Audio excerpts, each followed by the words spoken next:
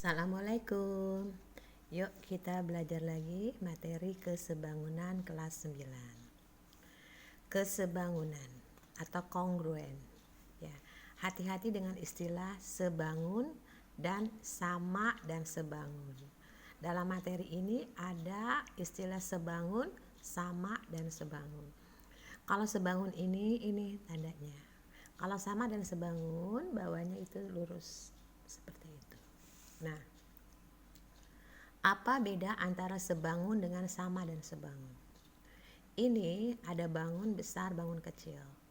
Besar dan kecil. Bangun ini dikatakan sebangun karena bentuknya sama. Ya, walaupun ukurannya berbeda. Tetapi kalau sama dan sebangun, dia harus bentuknya sama dan ukurannya pun juga sama. Itu bedanya. Syarat bangun dikatakan sebangun yaitu adalah dua bangun ini dikatakan sebangun dengan syarat sudut yang bersesuaian harus sama. Ini sudut yang ini sesuai dengan sudut yang ini harus sama besarnya. Ini sudut yang ini harus sama dengan sudut yang ini. Begitu.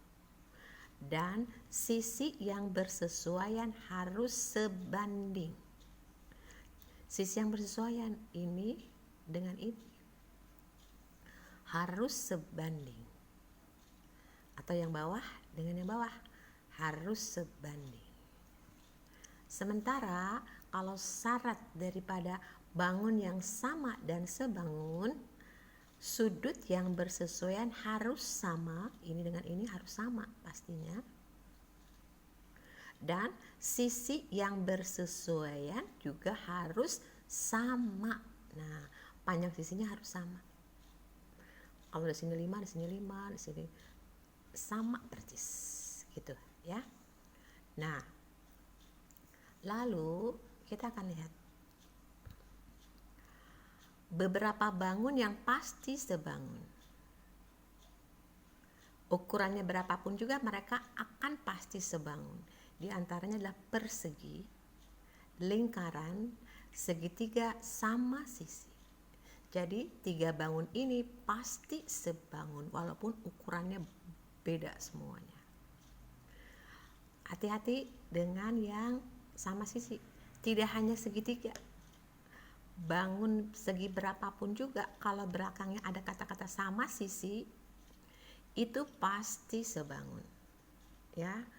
Kata lain daripada sama sisi adalah beraturan. Jadi bisa saja segi 6 sama sisi, segi 8 sama sisi, semuanya pasti sebangun, ya, atau beraturan. Kenapa 2 persegi pasti sebangun? Coba kita lihat. Ini ada persegi yang besar, sisinya 5. Otomatis kalau sisi di sini 5, yang ini pasti 5 karena dia berbentuk persegi. Yang kecil ini sisi alasnya yang ini 2. Otomatis yang atasnya juga 2, kan persegi sama sisi.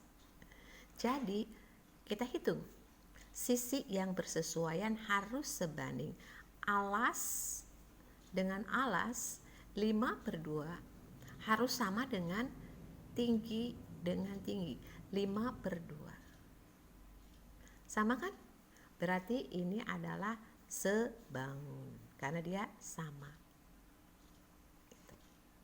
Coba kita perhatikan dengan persegi panjang ini, apakah dia sebangun?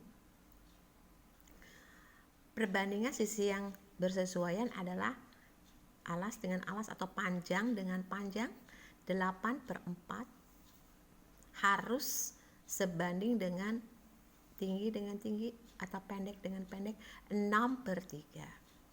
Sama tidak ini? Coba kita lihat. Kita bisa kalikan silang. 8 kali 3 itu berapa? 24. 4 kali 6 itu berapa? 24. Nah, kalau nilainya sama berarti dia sebangun. Namun kita perhatikan yang satunya lagi di sini. Alasnya 8, yang ini 5. Ini tingginya 4, ini 3. Coba kita hitung apakah dia sebangun atau tidak. Alas per alas 8/5 tinggi per tinggi, 4 per 3. Kita kalikan silang. 8 dikalikan 3, 24. 5 dikalikan 4, 20. Sama tidak? Beda. Berarti ini tidak sebangun karena berbeda hasilnya. Nah, sekarang kita akan mencari panjang pada bangun yang sebangun dan bangun yang sama dan sebangun. Kita kalau melihat soal harus lihat perintahnya dulu. Segitiga ABC dikatakan sama dan sebangun. Ini sama dan sebangun dengan segitiga EFGH, dengan segi 4 EFGH. Ya, ini segi 4 bukan segitiga.